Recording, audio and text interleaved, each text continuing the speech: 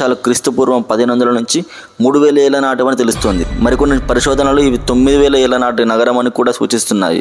ద్వారక అంటే ద్వారం లేదా ప్రవేశ మార్గం.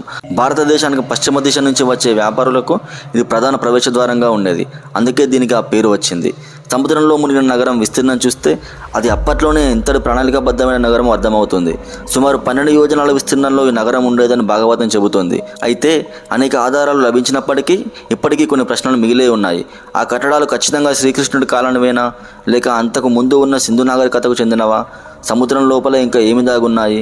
నీటి అడుగున తవ్వకాలు జరపడం చాలా ఖర్చుతో కూడుకున్న పని, ప్రమాదకరమైనది కూడా. అందుకే ద్వారక రహస్యాలు పూర్తిగా వెలుగులోకి రావడానికి మరిన్ని పరిశోధనలు అవసరం. ద్వారక ప్రాముఖ్యతను గుర్తించిన గుజరాత్ ప్రభుత్వం పర్యాటకులు సముద్ర గర్భంలో ఉన్న ఈ నగరాన్ని చూసేందుకు వీలుగా సబ్మెరైన్ సౌకర్యాన్ని లేదా అండర్ వాటర్ మ్యూజియాన్ని ఏర్పాటు చేసే ఆలోచనలో ఉంది. ఇది నిజమైతే ప్రపంచంలోనే ఇలాంటి మ్యూజియం ఉన్న అతి కొద్ది ప్రదేశాల్లో ద్వారక ఒకటిగా నిలుస్తుంది. ద్వారక అనేది కేవలం ఒక కథ కాదు, అది మన పూర్వీకుల గొప్పతనానికి ఒక చిహ్నం. సముద్ర పాలల కింద నిశ్శబ్దంగా నిద్రిస్తున్న స్వర్ణనగరి ఎప్పటికైనా తన పూర్తి రూపాన్ని ప్రపంచానికి చూపిస్తుందని చరిత్రకారులు ఆశిస్తున్నారు. అది వెలుగులోకి వచ్చిన రోజున భారతీయ చరిత్ర మళ్ళీ కొత్తగా రాయాల్సి ఉంటుంది.